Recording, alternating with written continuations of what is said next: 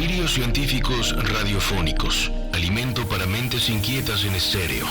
Historias naturales, investigaciones peculiares. Descubrimientos sorprendentes. Narraciones desde las fronteras del saber colectivo que le ponen sabor a la semana. Porque a fin de cuentas la ciencia que no es comunicada es ciencia condenada al olvido. Amasemos juntos esa materia gris y hagamos bullir el elixir del conocimiento. Bienvenidos a Masaje Cerebral de Reactor.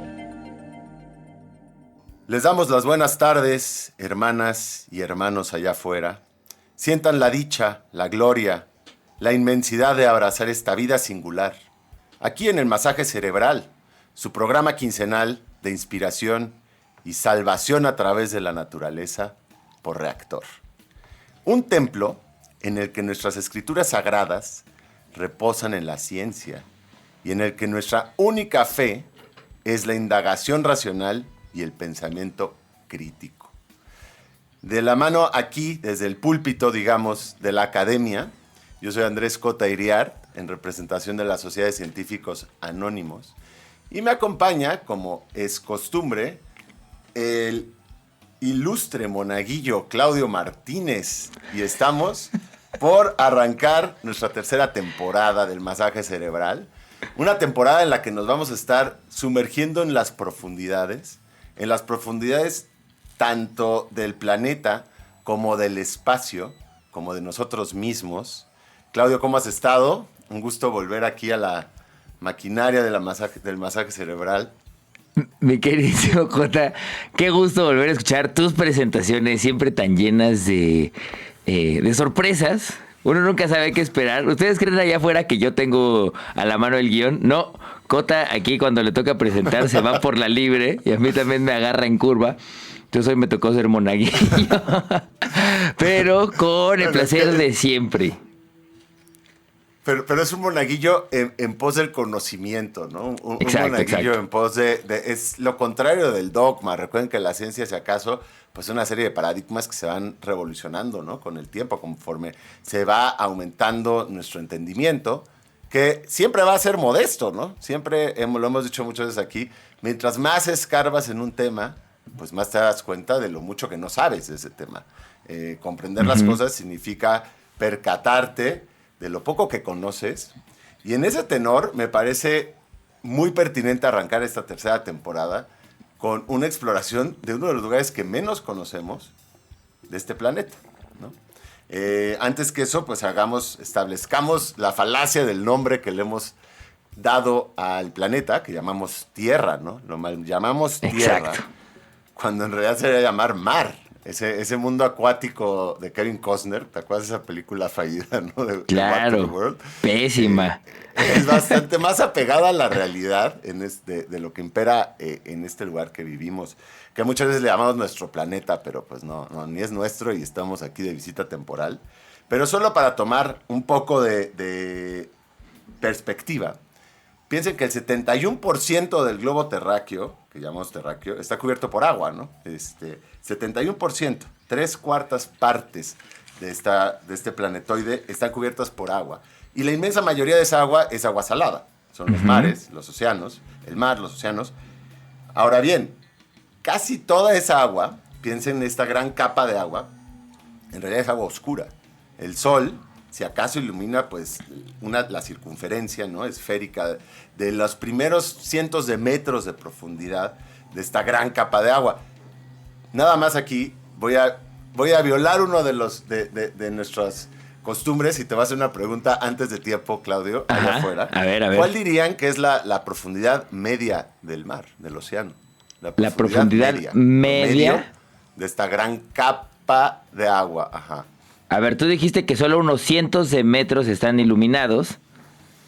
Entonces, el promedio de profundidad tienen que ser alrededor.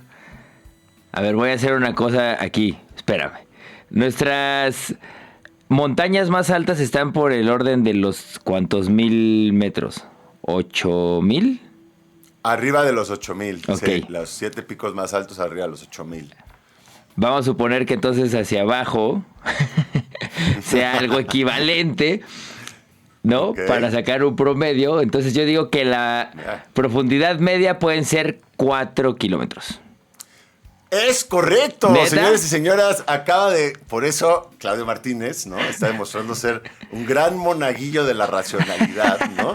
Porque además dejó claro su proceso de deducción, su proceso deductivo.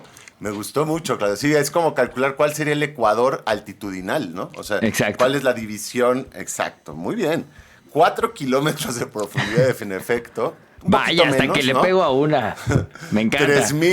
3,000, entre 3,800 metros y 4,000 metros de profundidad. Para que se den una idea, es algo así como si se paran en el Monumento de los Niños Héroes aquí en Chapultepec y caminan sobre Reforma hasta el Caballito, ¿no? Hasta la entrada hacia la Alameda. Todo eso, pero hacia abajo. Imagínense eso. Esa es la profundidad media del océano. Es decir, que ese es el entorno dominante del planeta, ¿no? Porque si pensamos que está cubierto 3/4 partes por esta capa de mar y que la profundidad media de este mar son 4,000 metros de profundidad, bueno, pues el lugar dominante del planeta, el entorno dominante, es allá abajo. Ok. No los arrecifes marinos, no los manglares, no los bancos de arena, no los litorales, mucho menos las selvas, montañas y lo que sea que esté en la fracción emergida del planeta en la capa terrestre, que si acaso apenas si figura, sino las llanuras abisales de las profundidades marinas. Piensa que si viniera un extraterrestre, así lo podemos entender bien, y tuviera encomendada la misión de en una sola imagen representar este planeta, ¿qué es lo que domina aquí? Pues esa tendría que ser una foto, ¿no? Una imagen de allá abajo de las profundidades de 4,000 metros de profundidad. Hay estimaciones que postulan que el 99% de la biosfera, digamos, de la biosfera terrestre, el 99% está por debajo de donde ya no penetran los rayos del sol. Y esto es tanto en extensión como en volumen de vida, como en biomasa. La mayor parte de los seres vivos del planeta están allá abajo. Es muy curioso a veces pensarlo desde nuestra comodidad aquí, desde la comodidad del hogar, ¿no? Desde sentado en una silla, que solemos intuir claramente que nuestras condiciones pues son la norma y todo lo demás lo vemos como algo insólito, ¿no? Y pensamos que las profundidades marinas es un lugar inhóspito, hostil, helado, recóndito. Y bueno, todo eso sí desde nuestra perspectiva, pero hay un montón de criaturas que se han adaptado a vivir allá abajo, porque además piensa que también en escala de tiempo, la vida ha tenido mucho más oportunidad de hacer su prueba de error, prueba de acierto y error biológico, ¿no? La selección natural, y ha evolucionado durante muchos más miles de millones de años. Más o menos para que se den una idea de la diferencia, digamos que los primeros seres multicelulares que emergieron, que salieron al medio terrestre, son como hace 400 millones de años, ¿no? 500, 400 millones de años empieza la colonización del medio terrestre por seres multicelulares. En las profundidades marinas, los primeros microorganismos tienen más de 3,000 millones de años. Es decir, que es varias veces este periodo que la vida ha estado pues ahí, ¿no? Reinventándose. Entonces, pues claro que hay todo tipo de criaturas sorprendentes de las cuales vamos a ir poco a poco hablando, ¿no? Ok. Pero bueno, ahora sí para respetar, ¿no? Para respetar estas tradiciones del masaje cerebral, les voy a ir poniendo allá afuera, recuérdense que @coteireart, @claudífonos ahí en Twitter, con su hashtag masaje cerebral, es como pueden participar, mandar también sus respuestas e interrogantes, obviamente, ¿no? Pues mira, Claudio, gente allá afuera. Pues si el mar tiene 4 kilómetros de profundidad promedio, ¿cuál dirían que es la profundidad máxima? Es decir, ¿dónde está el sótano del mundo? ¿Cuál es el punto más hondo del mar, ¿no? Esa es una primera pregunta. Y la segunda es si creen que ha sido explorado o no. Entonces, ¿a qué profundidad está el fondo del mar? Y si ha sido explorado por personas o no. Me encanta. Manden sus respuestas. Ahí está la pregunta, la primera pregunta de este masaje cerebral. Contesten en el hashtag masaje cerebral. Vamos a un pequeño corte. Regresamos en breve. Están en Reactor 105. Historias naturales, investigaciones peculiares, descubrimientos sorprendentes, masaje cerebral. Y ya estamos de vuelta aquí en el masaje cerebral de Reactor 105, en este primer episodio de lo que podríamos llamar nuestra tercera temporada. ¿Estoy en lo correcto, mi queridísimo Cota? Correcto. Bien. Audífonos, Claudio. Y estamos hablando de profundidades marinas. La pregunta con la que nos fuimos antes del corte fue: ¿cuál es el punto más profundo del mar? Exacto. ¿No? Ujú. Y bueno, regresando a... No sabemos cuál será la respuesta correcta. Tú la tienes, yo no. Pero regresando al mismo tren de pensamiento con el que le dimos a la profundidad promedio, Sí. vamos a suponer que el punto más profundo es un poco más... ¿cómo decirlo? Sí, es más profundo que el punto más alto de las tierras emergidas.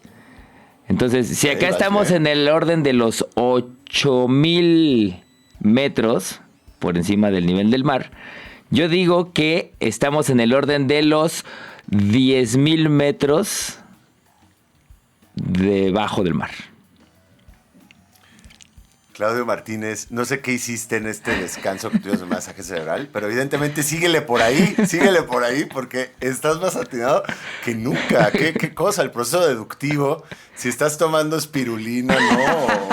O ginkgo biloba, o algo así, es momento que nos hagas saber para obrar igual, ¿no? Estoy francamente impresionado. Sí, es correcto. Un poco más, ¿no? Todavía te faltó un ligeramente más. Son 11,000 metros de profundidad. 11 kilómetros.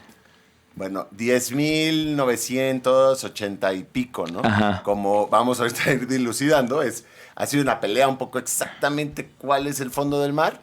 Pero bueno, lo que no hay duda es que se encuentra en el abismo de Challenger, en las fosas de las Marianas. Esto, para que se den una idea, es en Micronesia. Está un poco al este de las Filipinas y al norte de Papúa Nueva Guinea, allá en Oceanía. Y este abismo de Challenger, pues sí, 11 kilómetros de profundidad.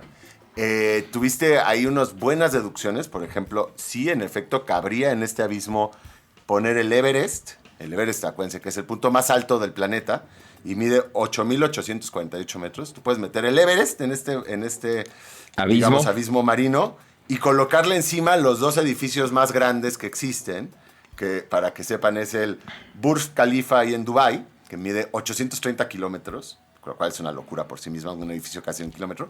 Y encima de ese pueden poner la torre de Merdeka de Kuala Lumpur, que mide casi 700 metros, y todavía le sobraría, ¿no? O sea, Wow. Es profundísimo realmente. Wow.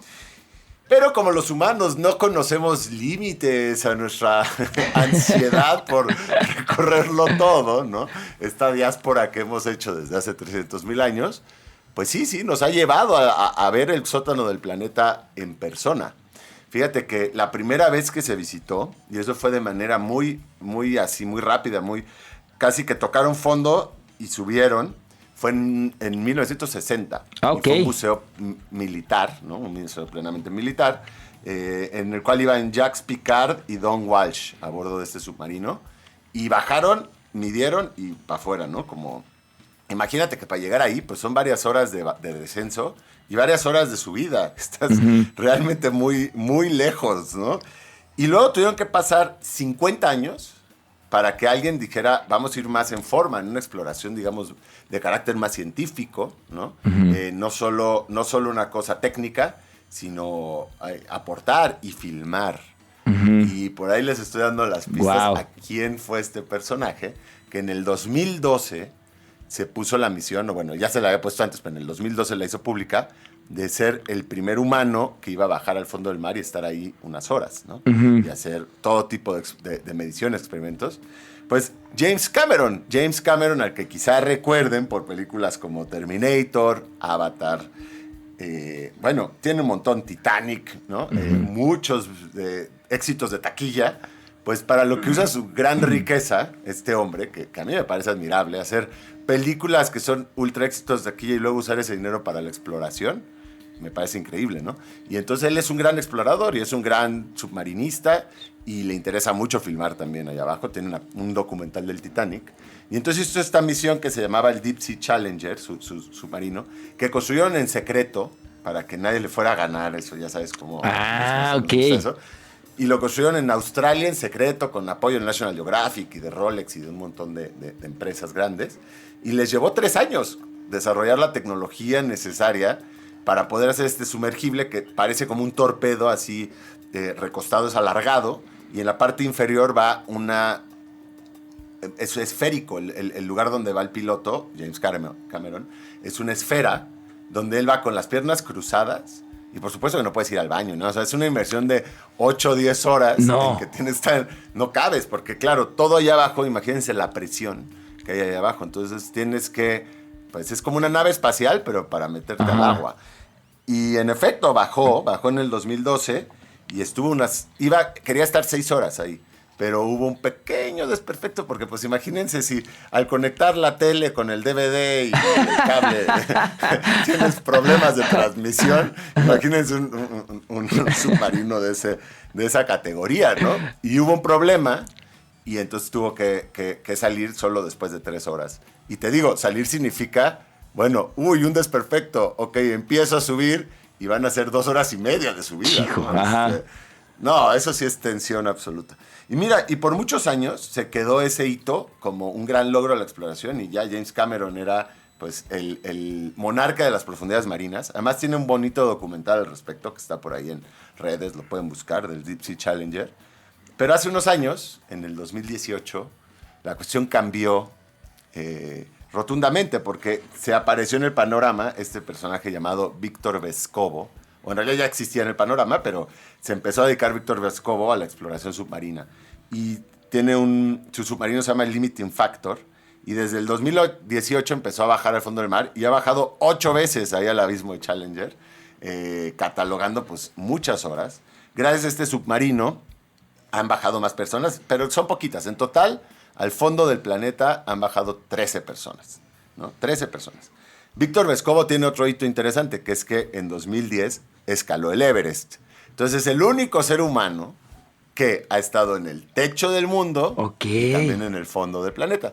Y no contento con bajar al abismo Challenger tantas veces, pues este submarino hizo la misión de bajar a los 5 puntos más hondos de todos los océanos, ¿no? Que rápidamente les puedo decir que es el abismo de Java, en Indonesia, que está a 7 kilómetros de profundidad, el abismo Factorian, que está en la Antártica, también a 7.500 metros de profundidad. El abismo de Bronson, aquí enfrente de Puerto Rico, ¿no? Ese es el que nos queda más cerca, 8.300 metros de profundidad.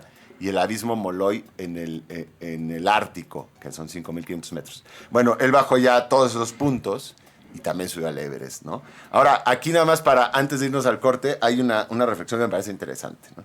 Al Everest han subido 3.800 personas, 3.800 alpinistas, ¿no? Uh-huh. Y te puedes preguntar, ¿por qué sucede que hay tanta gente que ha subido al pico más alto del mundo? Además, creando ahora atascos, ¿no? Hoy en día, si quieres ir a subir al Everest en esos 3 días de mayo, que son el mejor clima, te toca hacer fila a 8.800. Es la salida a Cuernavaca en Puente. Sí. Bueno, y a lo mejor se podrían decir, no, es que bajar al fondo del mar pues conlleva mucho más, necesitas más tecnología, más preparación, ¿no? Nos es un medio mucho más hostil. Y bueno, a lo mejor tendrían razón, pero entonces yo agregaría, salir al espacio es mucho más caro, necesitas mucho más tecnología y es un lugar que nos es mucho más hostil en todos los sentidos. Y eso no ha impedido que 600 astronautas, algunos de ellos en varias ocasiones, hayan tenido esa dicha de ver el planeta desde afuera. Ajá. En cambio, al fondo del mar, solo 13 personas. Y hay como esta noción popular de que de que se conoce mejor la superficie de la Luna que el fondo del mar, ¿no? Que las profundidades marinas. Y bueno, es una noción completamente acertada. Hay mapas mucho más detallados de la superficie de la Luna e incluso de Marte que de las profundidades marinas, de las cuales se estima que solo se han explorado el 5%. ¡Wow! El 5%. Y tristemente, esto está empezando a cambiar, no por una cuestión de aumentar el conocimiento, ojalá fuera así, ¿no?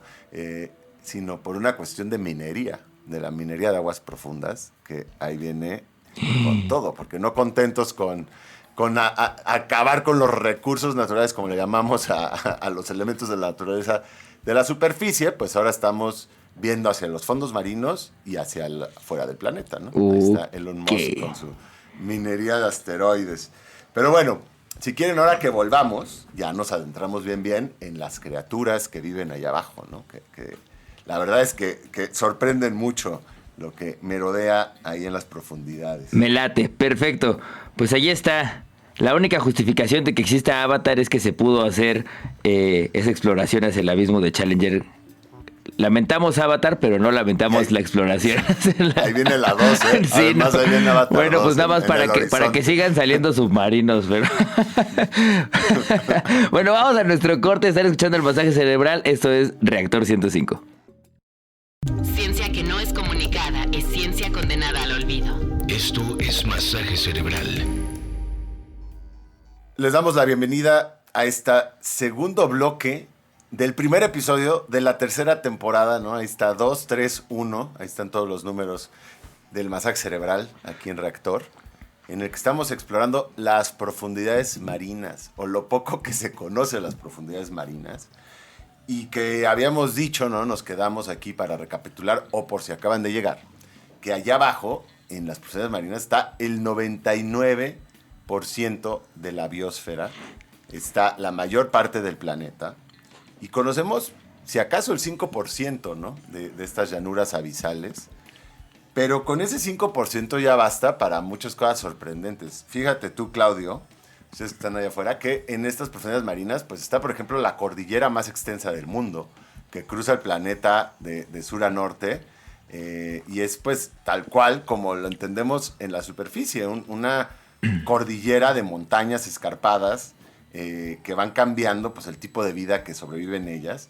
Allá abajo está el 80% de los volcanes activos. Wow. Hay lagos, hay ríos. A veces parece sorpresivo, pero ahí están los ríos más caudalosos y más largos. Las corrientes marinas es una especie de río, ¿no?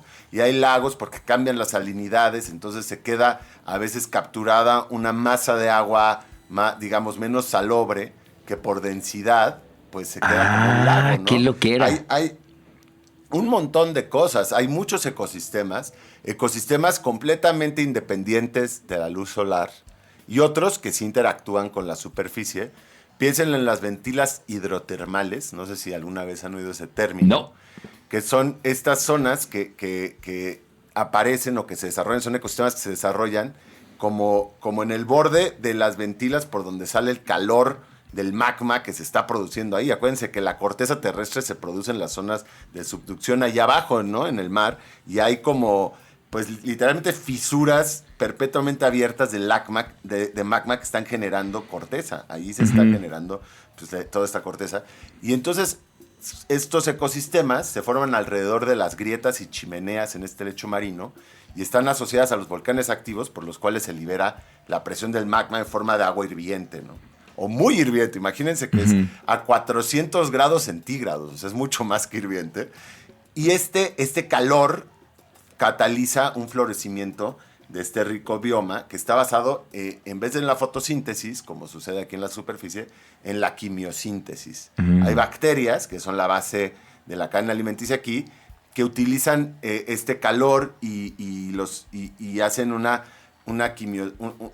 hacen síntesis química que transforma en nutrientes los precursores no biológicos que hay ahí abajo, ¿no? Y entonces a partir de ahí se empieza pues a desarrollar. Tú, para tener un ecosistema, pues necesitas un flujo de nutrientes que puedan ir consumiendo hacia arriba de la red trófica, hacia arriba de la cadena alimenticia de otros organismos. Claro. Y allá abajo, pues estas bacterias lo inician. Digamos que la fotosíntesis es transformar los rayos solares, ¿no? en materiales biológicos. Eso es lo que hacen las plantas al final, ¿no? Estas bacterias hacen algo similar, pero parten de precursores químicos y de calor, no de rayos solares. Y a partir de eso, pues empieza a desarrollar este rico bioma que son las ventilas hidrotermales, en que hay gusanos tubícolas rojo-vermellón, con penachos así gigantes, cangrejos blancos corpulentos así gigantes, peces, morenas, mejillones, isópodos gigantes, que los isópodos a veces les llamamos, o les llaman, no les llamamos, los oceanógrafos, las cucarachas del mar, porque pues son unos crustáceos, son artrópodos, están emparentados con las cucarachas, y hay muchísimos, hay entornos ahí en las profundidades en que casi solo hay isópodos. Pero, perdón, ahí nada más... Camarones, almejas, dime. Nada más ahí se me hizo una una duda. Los artrópodos son distintos de los insectos, ¿cierto? ¿Y hay artrópodos terrestres? O sea, los artrópodos es como, bueno, recuerden que son pues, nomenclaturas taxonómicas. Ajá. Y artrópodo, pues, es una gran categoría, ¿no? En donde están insectos, arácnidos y crustáceos. Ah, ok, ya. Entonces, sí hay artrópodos terrestres muchísimos. Todos los insectos y todas las arácnidos que conozcan son artrópodos, así como los cangrejos terrestres. Pero digamos que emparentados, ¿no? Por eso hay quien dice que comer insectos, ya lo habíamos dicho aquí, pues es como comer camarones de tierra, ¿no? O sea, es similar a comerte un camarón de tierra. Bueno, eso, hay ventilas hidrotermales. Aquí nada más por mencionar unos entornos que son independientes completamente de la superficie, que son muy diversos y muy abundantes. Hay otros sitios, aquí en el Golfo de México tenemos, en que esta especie de paraje líquido uniforme de pronto es interrumpido por estepas de mejillones inabarcables. O sea, son campos de mejillones, ¿no? Imagínense, que crean un tapete denso de bivalvos y que a veces, como en el que tenemos aquí en el Golfo de México, en extensión es más grande que la mayoría de países del este europeo, ¿no? Wow. O sea, un solo tapete de mejillones, Ajá. Imagínate, de un tamaño que pues aquí nos parece casi que inimaginable, ¿no? Cámara. Pero bueno, esos son algunos entornos, pero ahora déjenme volver tantito a la superficie, que pues estábamos diciendo, ¿no? Que la profundidad media son 4,000 kilómetros. ¿De cuánto crees, querido Claudio, aquí que has estado tan atinado, hasta dónde crees que penetran los rayos solares? Es decir, a partir de la superficie que donde entran los rayos solares y que son estos entornos que nos resultan más familiares, ¿no? Como los arrecifes de coral y los farallones y los bancos de arena, en fin, las playas. ¿Cuánto crees que penetra el sol en el mar? O sea, ¿dónde hay luz? ¿Hasta dónde llega la luz? Uy, yo creo que debe ser muy, muy poco en realidad. O sea, en comparación el punto más profundo, digo. Estoy suponiendo que debe estar alrededor de los 300 metros. Oigan, en serio, pregúntenle a Claudio, o sea, asalten sus redes sociales en busca de qué es lo que está consumiendo para está estimulando su sinapsis, ¿no? Está incrementando su materia gris, está muy, bueno, sí, y digamos, no en todos lados es lo mismo, porque bueno, va a depender mucho de la salinidad. Cantidad de solutos, de la salinidad, de la materia viviente que hay ahí también, ¿no? Digamos, cuestiones que estén flotando en el agua que hagan rebotar los rayos solares. O sea, al final esto pues es qué tanto penetra, tiene que ver con la incidencia de la luz y si nada le estorba, ¿no? Y acuérdense que además, bueno, viene este rayo electromagnético con un montón de ondas, lo que llamamos luz visible, pues es una fracción muy cortita, pequeña, y ahí hay partes pues que tienen más energía que otros. Entonces los rayos de menor energía pues se disipan más rápido. El rojo es el primero que se va, luego el verde, pero el azul es el que más penetra y por eso es que vemos el agua azul, ¿no? Claro. Bueno, decimos que el agua es azul, porque ese es el rayo de mayor energía y entonces penetra más. Bueno, digamos, rayo de mayor energía, hay zonas del mundo en que penetra 300 metros, algunas otras llega hasta los 400, y en algunos momentos en que las condiciones son favorables para la penetración de la luz, a veces puede llegar a más, ¿no? Hay zonas en que 500, 600, pero ya cuando digo eso en esa parte es muy tenue, ese es un lugar de tinieblas, en que casi no hay luz, ¿no? O sea, se va perdiendo. Y ya después de abajo de eso es oscuridad total, o sea, oscuridad total como la que nunca hayan experimentado aquí en la superficie, porque ahí no hay contaminación lumínica de ningún tipo, es una oscuridad, bueno, a lo mejor si han estado alguna vez en un sótano que puedan cerrar a cal y canto, se pueden imaginar esta oscuridad. Bueno, ahí en este grado que tú dices donde está penetrando el sol, que le llaman la zona de las tinieblas, la zona crepuscular, porque es casi oscuridad total, pero sí hay pequeños destellos de luz, es donde se encuentra la mayor biomasa del planeta.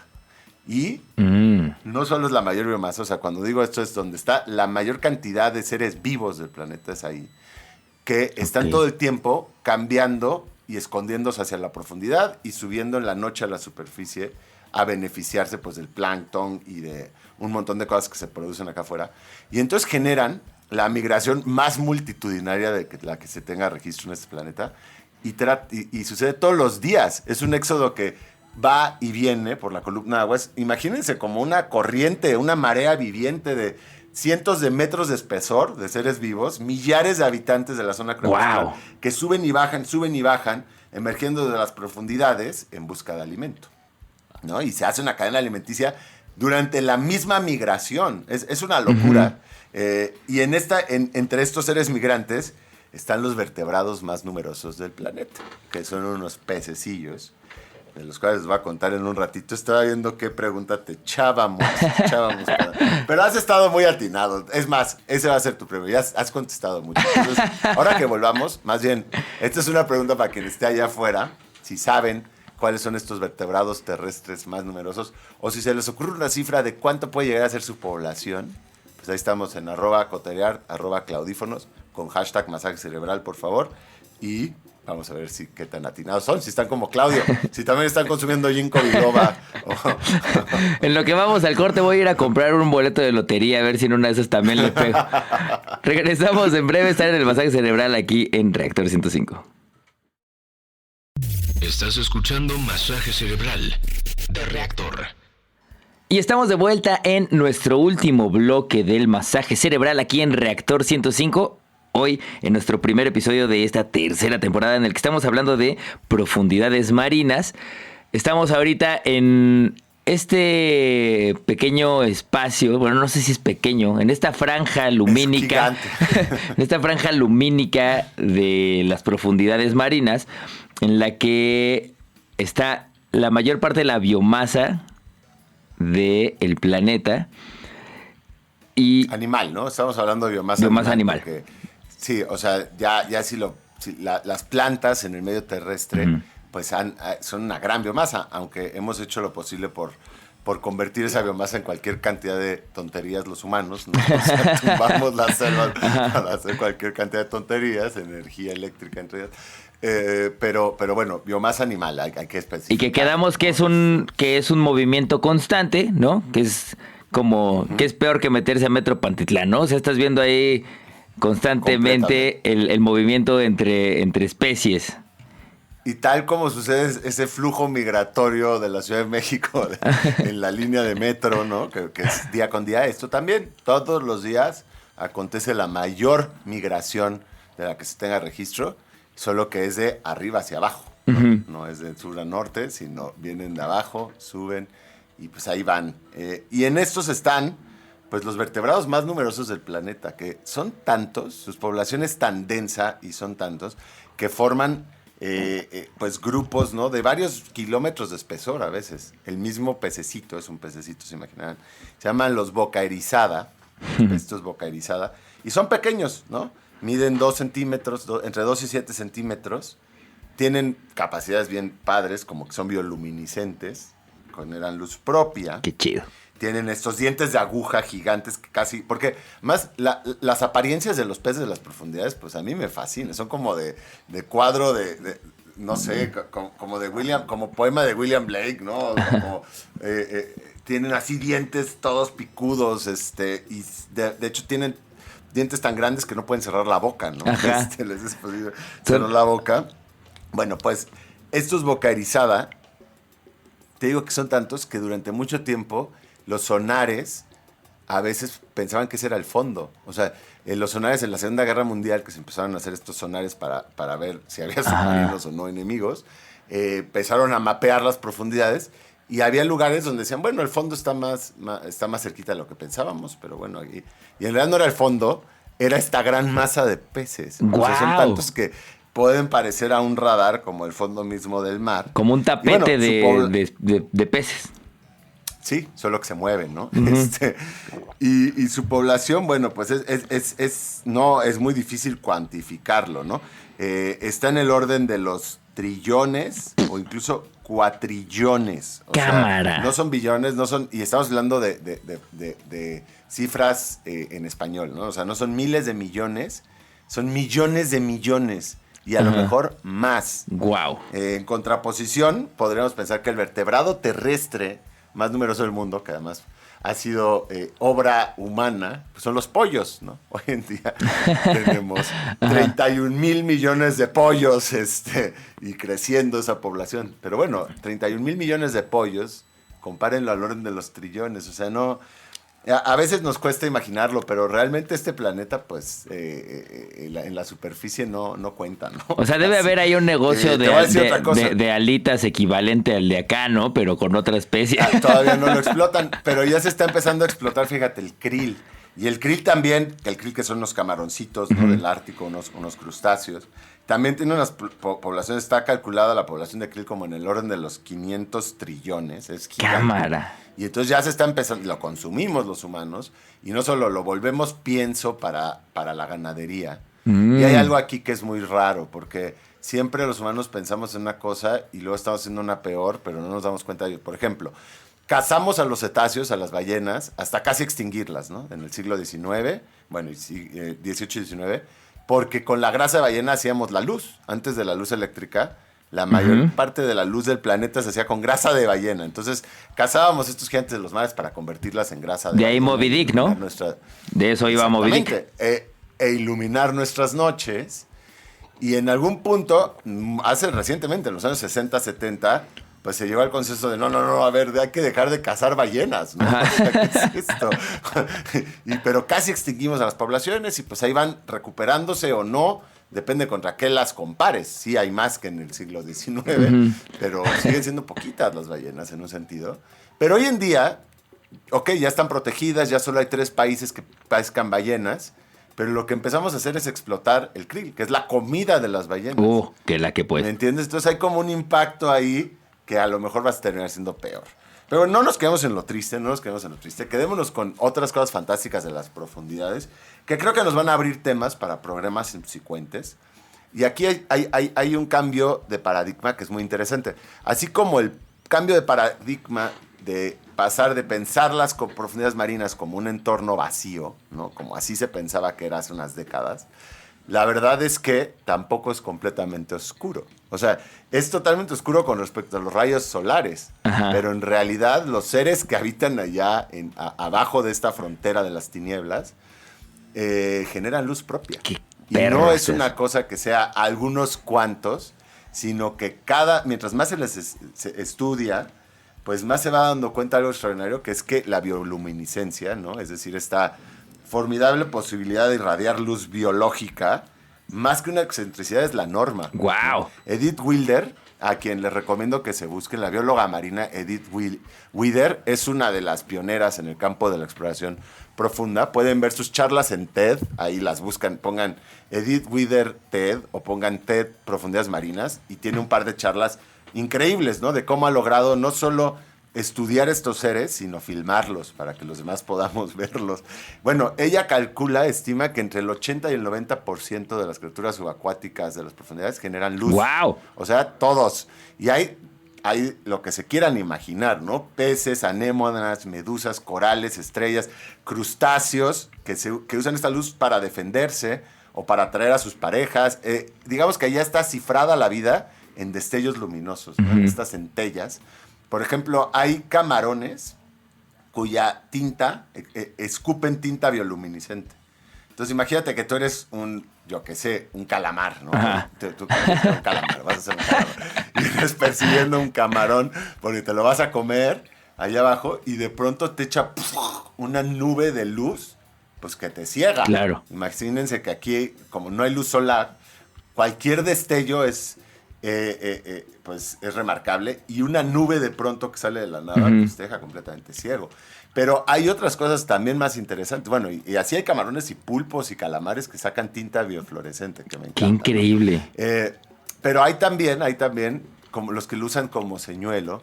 Entonces hay peces de las profundidades que tienen, ya saben, su antera aquí colgando el pez linterna, llamado, y usa este pequeño foquito que tiene ahí como una caña de pescar. Y entonces saca lucecitas que atraen a copépodos, por ejemplo, las cucarachas marinas, y se los come. Pero a veces estas señales lumínicas pueden ser una especie de alarma, que es lo que ha filmado Edith Wilder, y por eso les digo que busquen sus charlas. También recién publicó sus memorias, está muy bueno ese libro también, en que se ha dado cuenta que hay otra señal que funciona para llamar a un depredador más grande, ¿no? Entonces, por ejemplo, tú eres un pez y te estás echando un pez más grande. Y entonces tú sacas esta alarma, que imagínense como una torreta de luz de policía, que lo que atrae es a un calamar gigante que se come al pez que estaba acechando al pez pequeño. ¡Guau! O sea, hay toda una serie de interacciones ecológicas. ¿Es el ven y hazme un paro? Sí, exactamente. Pero más bien, ven y haz un paro, pero se los comen, ¿no? Todo que tiene que ver con el hambre insaciable, ¿no? De la supervivencia. Y hay un montón de adaptaciones interesantísimas. Por ejemplo, los calamares gigantes. Uh-huh. Si ustedes ven los calamares gigantes, los más grandes, pero bueno, calamar gigante se le llama a cualquier molusco de más de 2 metros de grande, ¿no? No tiene que medir 16. Un calamar de 2 metros de alto, de 2 metros y medio, imagínate. No, sigue siendo un sacón. Shaquille O'Neal en calamar, o sea, no, ¿qué te digo? Es enorme. Bueno, hay grupos de estos calamares. Buena pregunta de trivia allá afuera. Díganos, ¿cómo se le llama a un banco de calamares? No sé cómo se llama una asociación de calamares. Wow, pero que cazan en manada. No. Miles de calamares de más de 2 metros de grande que hay aquí en el Golfo de California. ¡Cállate! Son los calamares diablo que están cazando ahí abajo. Y es bien interesante porque les llaman calamar diablo porque son rojos. Ajá. Y también los calamares gigantes tienden a ser rojos. Y hay muchos peces de profundidad que son rojos. Una vez que los sacas a la superficie, pues se ven rojos. ¿Sabes por qué? No, ¿por qué? Porque ser rojo es ser invisible en el mar profundo. Porque como es el primer, digamos, del rayo electromagnético solar, que rebota. Es la primera frecuencia que se rebota. Allá abajo, si tú eres rojo, nada te ilumina. ¡Cámara! Y entonces, aunque subas por momentos, porque esos calamares a veces suben a la superficie. De hecho, los humanos los cazamos y nos los comemos, ¿no? Uh-huh. Pero bueno, a los ojos de otros peces de profundidades son indetectables. ¡Qué perro! Bueno, para cerrar los voy a dejar con un gancho para nuestro siguiente programa, ¿verdad? Que no hemos hablado nada de unos de los seres que yo creo que son más llamativos de todos los que habitan en las profundidades marinas y en el mar en general, que son las medusas, ¿no? Las medusas, Claudio. Y que me parece fenomenal que abordemos en el siguiente episodio de Masaje Cerebral. Nos echamos un clavado en esta vida llevada a su nivel más gelatinoso, ¿no? Que son las medusas marinas. Me gustaría nada más dejar rápido un pequeño guiño. En el siguiente episodio les daremos más datos. Pero para que vayan apartándose la fecha del 26, finales de mes, el 26 de octubre, vamos a tener un evento de la Sociedad de Científicos Anónimos estelar, muy padre, con @aracnocosas, que ahí pueden buscar en Twitter. Ah, qué chido. Que es este aracnólogo que les da el servicio de identificación de la araña que quieran. Y vamos a hacer un evento sobre arañas, ¿no? Sobre arácnidos, sobre alacranes, tarántulas. Entonces nada más vayan apartándolo en su calendario, porque además me da mucho gusto cuando viene gente a los eventos de la sociedad que llegó gracias al masaje cerebral. Qué chido. Es como un doble gusto tener a alguien así. Y les voy a decir una cosa, cada que viene gente así, también tenemos la oportunidad de interactuar en vivo y que propongan temas que les interesan, ¿no? De las medusas, por ejemplo, es algo que nos pidieron ya hace muchos meses, pero aquí estamos dando cuenta de ello y les traeremos un programa de medusas. Buenísimo. Bien, Claudio. Pues se nos ha ido el tiempo, ahora sí nos quedamos enganchados, pero bueno, ahí está. El próximo Masaje Cerebral va de medusas, no se lo pierdan. Muchas gracias por haber estado acá, muchas gracias mi queridísimo Andrés Cota. Nos escuchamos en el próximo Masaje Cerebral. Esto ha sido todo. Están en Reactor 100. por hoy. En la siguiente emisión continuaremos alimentando las mentes inquietas de la radio pública A través de Reactor